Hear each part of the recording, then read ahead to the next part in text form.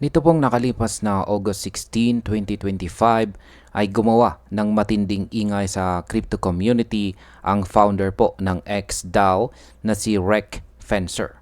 Siya po ay naglabas ng kanyang prediction tungkol sa presyo ng ilang malalaking crypto tulad po ni Bitcoin, Ethereum at syempre si XRP.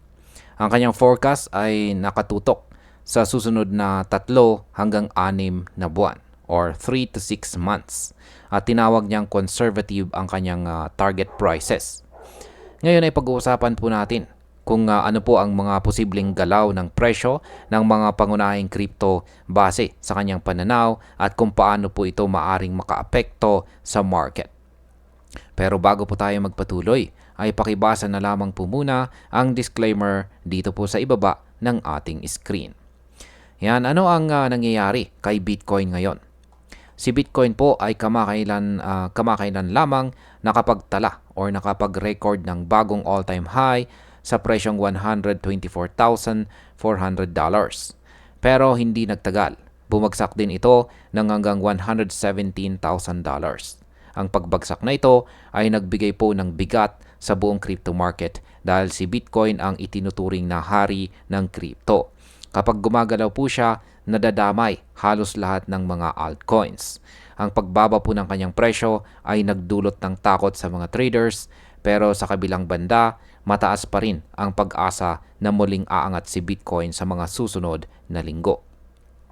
Ngayon kapag bumawi or naka-recover po itong si Bitcoin at muli po itong umangat, ito ay magbibigay ng malakas na bullish signal sa buong crypto market na posibleng magpataas din sa presyo ng XRP at ng iba pang mga altcoins.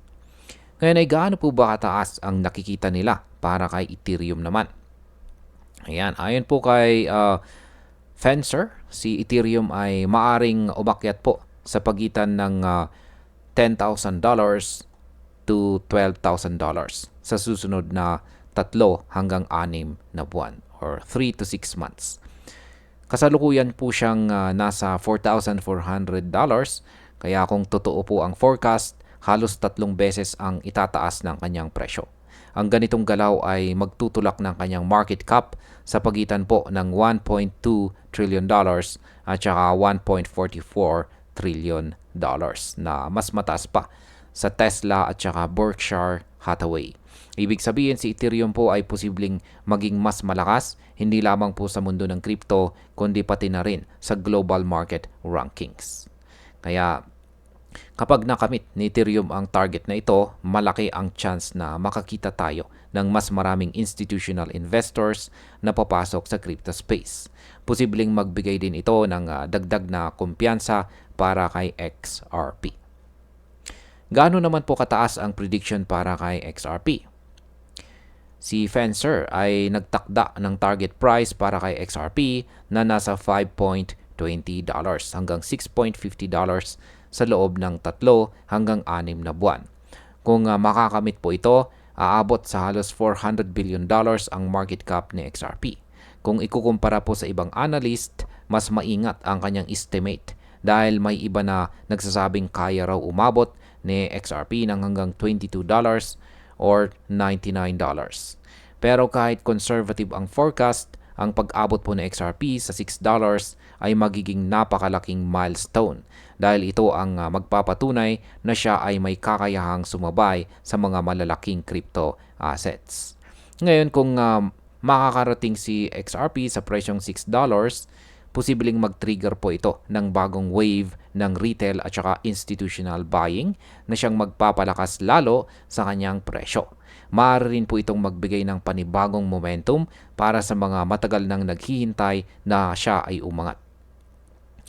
Yan, dito naman po tayo kay Solana, BNB at saka Dogecoin. Ano naman ang sinasabi ni Fencer dito? Hindi lamang po sa XRP ang kanyang binigyan ng forecast. Ayon po kay Fencer, si Solana ay posibleng tumaas naman sa presyong $700 hanggang $950 mula sa kanyang kasalukuyang presyo na nasa $175 lamang. Para naman kay BNB, nakikita niyang aakyat ito sa pagitan po ng $1,100 at $1,550. Samantala, si Dogecoin naman na kilalang meme coin ay inaasahang tataas po sa $1.50 hanggang $2. Ngayon, kung sabay-sabay na aangat ang mga altcoins na ito, magkakaroon po ng altcoin season na magdadala ng mas maraming traders at investors sa market. Posibleng magkaroon po ng domino effect na magtutulak ng mas malawak na bullish trend. Ngayon ay bakit po mas mabagal ang galaw na inaasahan kay Cardano? Ayan, Cardano naman po tayo. Kung ikukumpara po sa iba ay mas mababang target ang inilagay ni Fencer kay Cardano. Nakikita po niyang tataas ito sa $2.20 hanggang $2.80 na mas mababa pa rin kaysa sa kanyang all-time high na $3.10 noong nakalipas na taong 2021. Ibig sabihin, bagamat tataas po si ADA, hindi pa ito makakabalik sa kanyang dating glory. Ngayon, ang mababa pong forecast na ito ay maaring magpahina ng interest ng ilang mga investors kay Cardano at ilipat ang kanilang pondo sa mas promising na coins tulad po ni Solana or XRP. Ano naman po ang outlook para sa iba pang mga altcoins tulad ni Sui at saka Chainlink? Para po kay Sui, na nasa ilalim pa ng $4 ngayon, nakikita po ni Fencer na tataas ito hanggang $8.30 hanggang $11. Samantala, si Chainlink na nasa $22 ay maaari raw umakyat hanggang $60 to $85. Malaki po ang itataas nito na halos 4 na beses mula sa kanyang presyo ngayon. Kapag sumabog po ang presyo ni Sui at Link, posibleng mas maraming traders ang mag-shift ng kanilang atensyon mula sa traditional blue chip cryptos patungo sa mga altcoins na ito. Maaari itong magbukas ng bagong yugto ng kompetisyon sa market. Bilang panghuling katanungan ay paano ang mga high-risk meme coins gaya po ng Hype at Pengo? Ayan.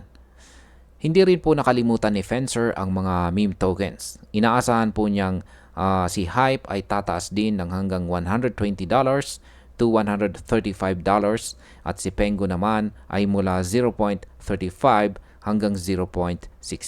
Bagamat maliit lang tignan ang presyo ni Pengo, malaki po ang porsyento ng kanyang posibleng pagtaas. Ang mga meme coins na ito ay high risk pero mataas din ang potential reward. Kung susunod po ang kanilang presyo sa forecast, posibleng magkaroon po ng panibagong meme coin mania na katulad ng nangyari kay Shiba Inu at Dogecoin noon. Yan, bilang panghuli, kung titignan po natin, makikita natin na conservative ang forecast ni Fencer lalo na kay XRP. Kahit hindi po kasing taas ng mga ultra bullish predictions, makikita pa rin natin na realistic ang mga target. Ang maganda rito ay nagbibigay ito ng tamang balanse sa pag-asa ng market. Kung sakaling tama po ang kanyang prediction, hindi lamang po sa XRP ang makikinabang, kundi halos lahat ng altcoins na kanyang binanggit. Para sa akin ay mas magandang tingnan ang forecast na ito bilang guide at hindi bilang garantisadong resulta. Ang pinakamahalaga pa rin ay maging maingat at lagi pong mag-research tayo bago po tayo pumasok sa market. At ayan, hanggang dito na lamang po tayo sa video na ito mga ka-crypto. Marami pong salamat sa panonood. Ingat po tayo lagi at God bless po sa ating lahat.